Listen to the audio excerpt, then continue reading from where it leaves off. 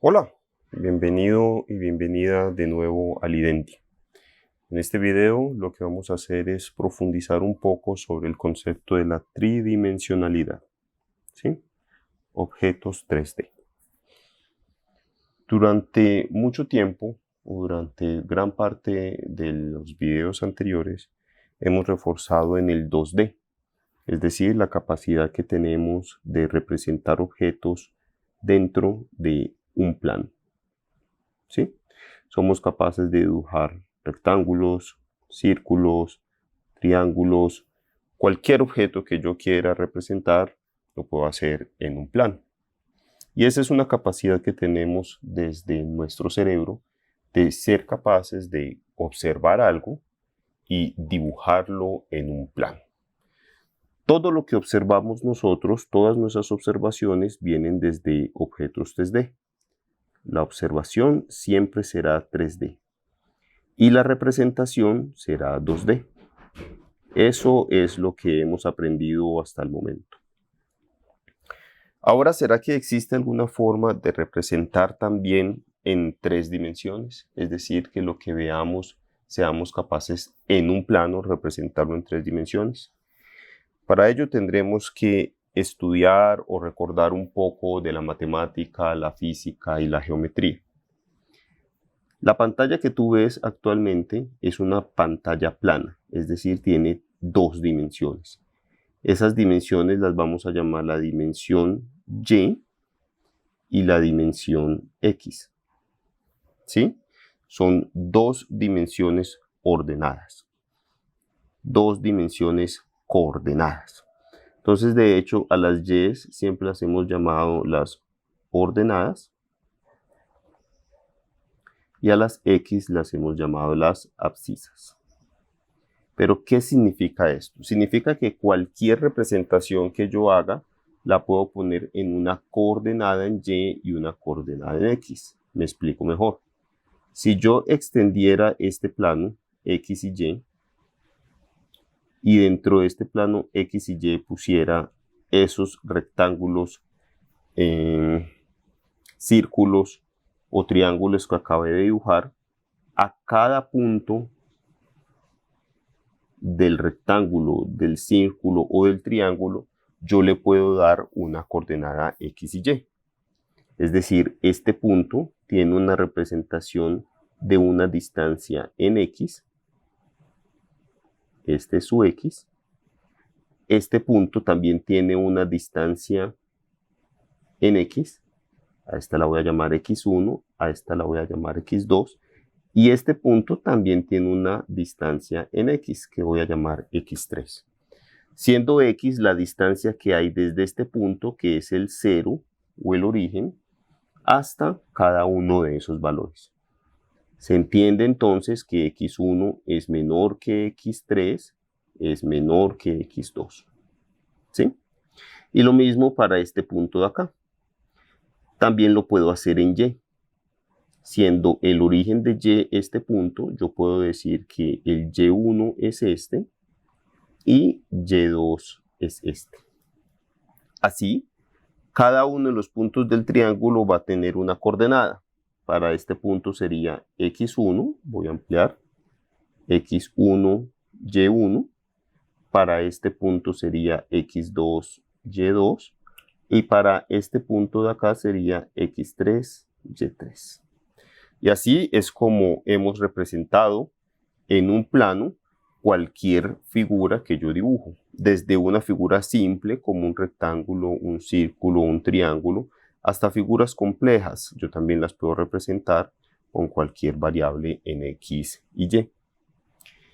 Pero entonces, ¿cómo puedo hacer esto igual para las variables X, Y, Z? Es decir, todo eso que yo quiero representar en el plano 3D. ¿Cómo sería una representación en el plano 3D? Pues sería muy sencillo. La representación en el plano 3D quiere decir que aparte de X y Y, yo debo tener una tercera coordenada.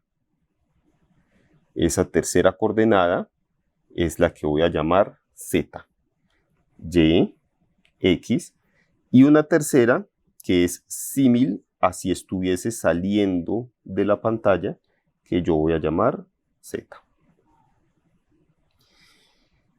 En la vida real, cada uno de los ángulos que forman X, Y y Z son 90 grados, es decir, entre Y y X hay 90 grados, entre X y Z también hay 90 grados, y entre Y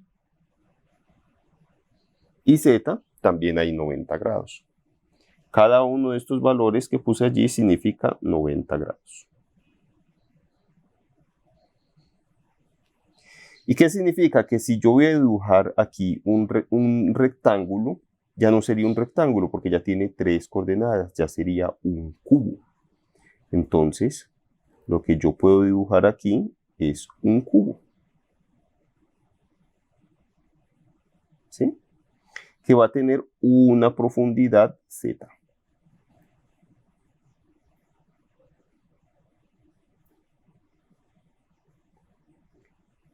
Y lo que mencionábamos anteriormente es que ahora cada uno de estos valores va a tener 3 coordenadas, X, Y y Z. Donde este punto va a tener un valor X, va a tener un valor y va a tener un valor Z. Llamémoslo X1, Y1, Z1.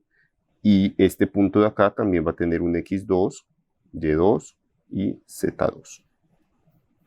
¿Correcto? Con cualquier figura que yo dibuje ya va a ser tridimensional. Por ejemplo, si yo decidiese dibujar un triángulo, este triángulo también va a tener profundidad. Y al tener profundidad, pues ya no se convierte en un triángulo, sino que sería otra figura tridimensional a partir del triángulo. Lo interesante es que ya puedo utilizar diferentes combinaciones o incluso transiciones. Puedo cambiar desde un triángulo y al final convertirlo en una especie de rectángulo. Podría hacerlo.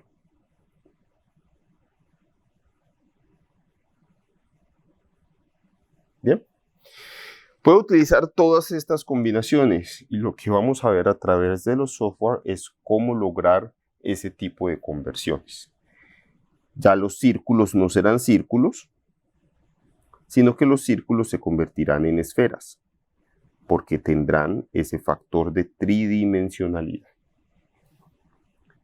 La tridimensionalidad es compleja, si lo quieres observar como complejo, pero puede ser tan sencilla como fijarte en tu mundo alrededor.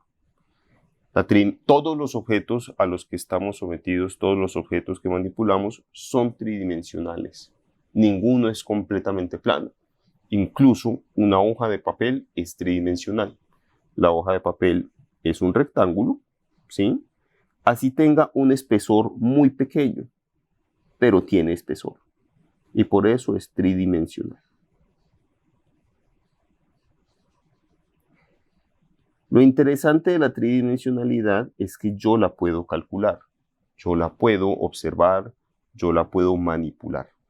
Siempre vas a tener en cuenta esos factores X, Y y Z. Para los software de tridimensionalidad o los software que vas a utilizar siempre como animación, inicialmente el eje vertical será el eje Z. El eje horizontal será el eje X y el eje de perpendicularidad será el eje Y.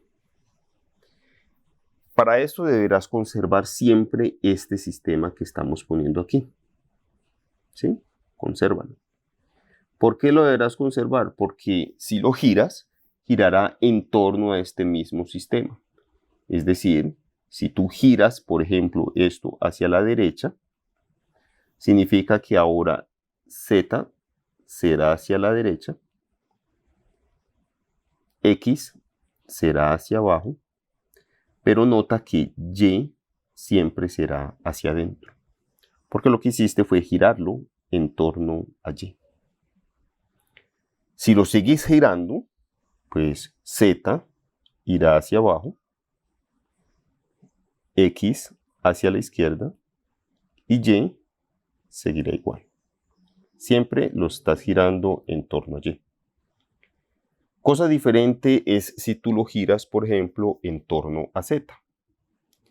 Si tú lo giraras en torno a Z, es decir, vas a girarlo de esta forma, pues lo que vas a hacer ahora es que Z irá hacia arriba, Y irá hacia la izquierda y será X el factor que esté de perpendicularidad. ¿Qué fue lo que hiciste? Girarlo en torno a Z. Lo que no puedes hacer es cosas extrañas, es decir, siempre deberá mantenerse en estos lugares. Tú no me podrás decir o no puedes decir nunca que lo vas a girar de tal forma que Y, por ejemplo, quede hacia abajo y ambos, tanto Z como X, sean factores de perpendicularidad, ¿sí? Digamos que existen unas combinaciones y unos giros que no vas a poder dar. Siempre van a ser a partir del giro lógico.